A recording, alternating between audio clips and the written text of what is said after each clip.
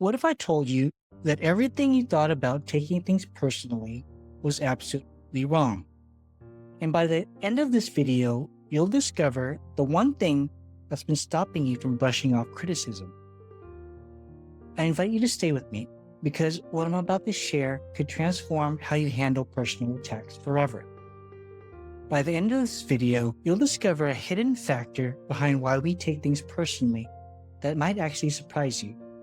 So if you're ready to start your journey towards emotional freedom, do yourself a solid and hit that subscribe button. Welcome back to Deeply Understood Life Decoded. I'm Michael Mojica, and today we're taking on why we take things so personally. And more importantly, how to stop doing that for the sake of your sanity and everyone around you. And I wonder if you know that feeling when someone makes an offhanded comment and suddenly your whole world is spinning. Your mind might start to race thoughts like, why did they say that? What does that mean about me? And before you know it, you're replaying the conversation and moment over and over, long after the conversation has ended. But here's the kicker. What if I told you that taking things personally isn't actually about you at all? Stay with me here, because this realization could be the key to unlocking a whole new level of emotional freedom. By the end of this video, you'll understand the hidden factor that can be holding you back from letting things roll off your back. It's something that's rarely talked about, but essential to your healing journey. And trust me, it's probably not what you think. In the next few minutes, you're going to gain insight into your reactions that most people never realize. This understanding alone can start shifting how you respond to criticism immediately. But if you've ever found yourself replaying a criticism over and over, you're not alone. So for now, write down a quick comment below about your experience. Your story might actually help someone else feel a little bit less isolated. All right, so let's break this down. When someone criticizes you or seems to slight you in some way, it's not just a thought. There's a physical reaction. It could be a knot in your stomach, a tightening in your chest, or maybe your mind racing through what you could have done differently. I'm sure it feels deeply personal, doesn't it? Your body goes into fight, flight, or freeze mode. Your brain begins sensing any kind of danger, whether real or social, and kicks into overdrive. This response goes even deeper than just your emotions. It's evolutionary. Our ancestors relied on group survival. So even the slightest social rejection triggered fear. So let's nerd out here for a second. The amygdala, that almond-shaped part of your brain, lights up when it perceives a threat, which triggers your fight or flight response. While this is happening, your prefrontal cortex, the rational part of your brain, struggles to help you think clearly, which is why you react before your rational mind is able to kick in. Now, here's the interesting part. As a child, you might have experienced moments where you felt criticized or rejected, which encoded your body with these memories you may not even be aware of, and they're unconscious, but your body is still reacting as though that moment is happening over and over again. All right, so what I'm about to share completely changed how I view criticism.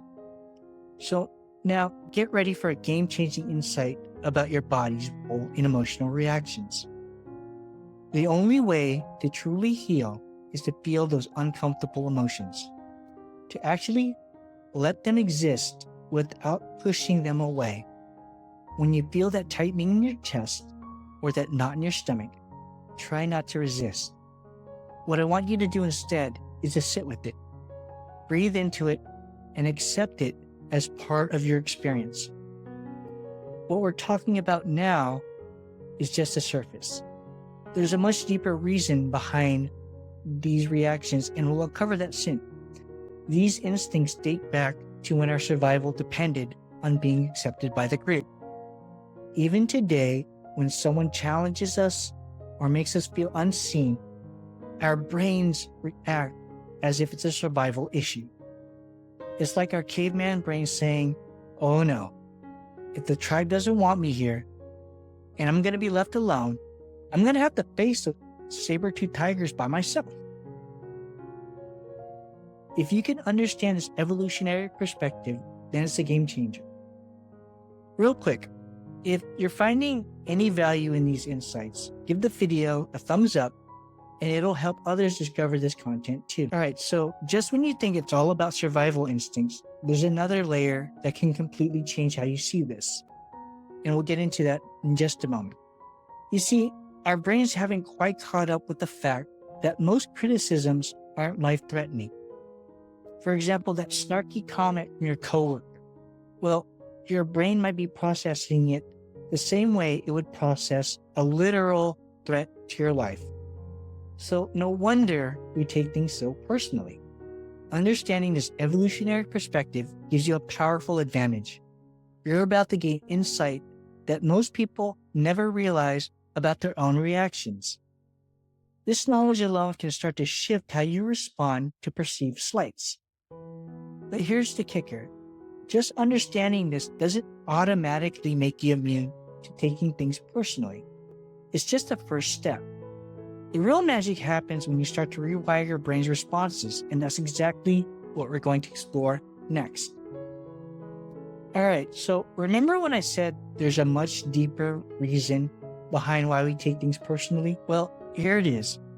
At the core of taking things personally is a fundamental misunderstanding about the nature of our self-worth.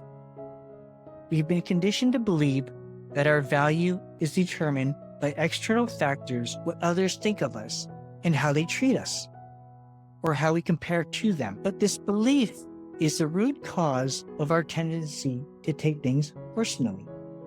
When we attach our self-worth to external validation, we become vulnerable to every perceived slight or criticism. The deeper reason, then, is not just about evolutionary instincts or past wounds, but it's actually about a flawed understanding of where our true value comes from. Now, let's go deeper. When you take things personally, it's usually because something inside you isn't fully healed. Maybe it's a need for validation that's gone unmet, or maybe it's a longing for connection, for security, for belonging. Whatever it is, the comment or action touches on that wound, making it feel like it's all about you. Here's a powerful realization that can start shifting your perspective right now. What if I told you that other people's actions and words have very little to do with you? They're usually acting based on their own fears, insecurities, and past experiences. When you understand this, it becomes incredibly liberating. But here's the thing, it's not about you. It's about the other person's own experience, their own worldview. And what if their comment wasn't a reflection of your worth, but a reflection of their own unmet needs? When we feel hurt or rejected, we think we're overreacting. We think, I'm too sensitive. But that sensitivity is just your body responding to something deeper. Your body remembers. It's carrying the emotional weight of all the times you felt unseen, unloved, or undervalued. Think about it this way. Every time you take something personally, it's like your inner child is throwing a tantrum. And just like with the real child, the solution isn't to scold or ignore them, it's to listen, to comfort, and to reassure. Okay, so let me take a breath here. We've uncovered a deep truth about why we take things personally. If you haven't already, subscribe now so you don't miss future videos where together you and I get to explore these insights even further. We're about to dive into practical techniques that can transform how you handle criticism. If there's a specific challenge you're facing with taking things personally, let me know in the comments. Your input can shape our next in-depth video. Now, let's dive into some practical steps that can help you break free from the cycle of taking things personally. Remember, this isn't about becoming invulnerable. It's about developing a healthier relationship with your own emotions and reactions and even your own body. The techniques you're about to learn have helped my clients break free from the cycle of taking things personally. You're on the verge of a breakthrough that can change how you interact with the world. The first thing you want to do is pause and breathe. The next time you feel that familiar reaction, whether it's a knot in your stomach, a tension in your chest, or racing thoughts, just take a pause, take a deep breath, and ask yourself, what am I really feeling right now? This simple shift can ground you in the present moment, which ends up creating space between the trigger and your reaction. Next, name the emotion. Instead of getting caught up in the story of why did they say that or what's wrong with me, instead, I want you to try naming the emotion. Are you feeling hurt? Are you feeling rejected, frustrated? And by simply naming the emotion, it will create even more distance between you and the reaction. And that ends up allowing you to see your situation more clearly. Here's what most people don't know. You need to feel and not suppress. You're going to be tempted to want to push the feeling away. But what if instead you let yourself feel it? What if you allowed yourself the discomfort for just a moment, acknowledging that it's there, and more importantly, you're not letting it control you. And when you do that, I want you to reframe the situation. Here's where the real shift happens. What if what they said wasn't actually about you at all? What if it was more about what they're going through? Reframing the situation allows you to take a step back and release the need to take it personal. And finally, this is something that I can't emphasize enough, and you're going to hear me say it over and over. You need to recognize the small wins. Every time you pause, breathe, name the emotion, or reframe the situation, you're making progress. These small moments of awareness build up over time, and before you know it, you'll notice that you're not as reactive as you used to be. What I want you to know is that change happens gradually, with small, sometimes imperceptible wins along the way, and sometimes big breakthroughs. It's like learning a new language. At first, you might just understand a word here and there, but with consistent practice, suddenly you're having conversations. And I want to let you know that these steps are going to feel awkward at first, or even unnatural. And that's okay. Your brain is literally rewiring itself to create new neural pathways.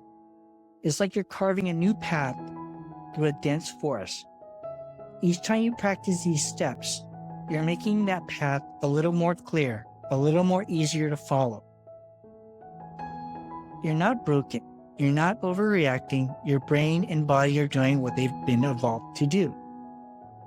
But now you have the power to change how you respond. It's like I've just given you the user manual to your own mind, and you're going to learn to reprogram it.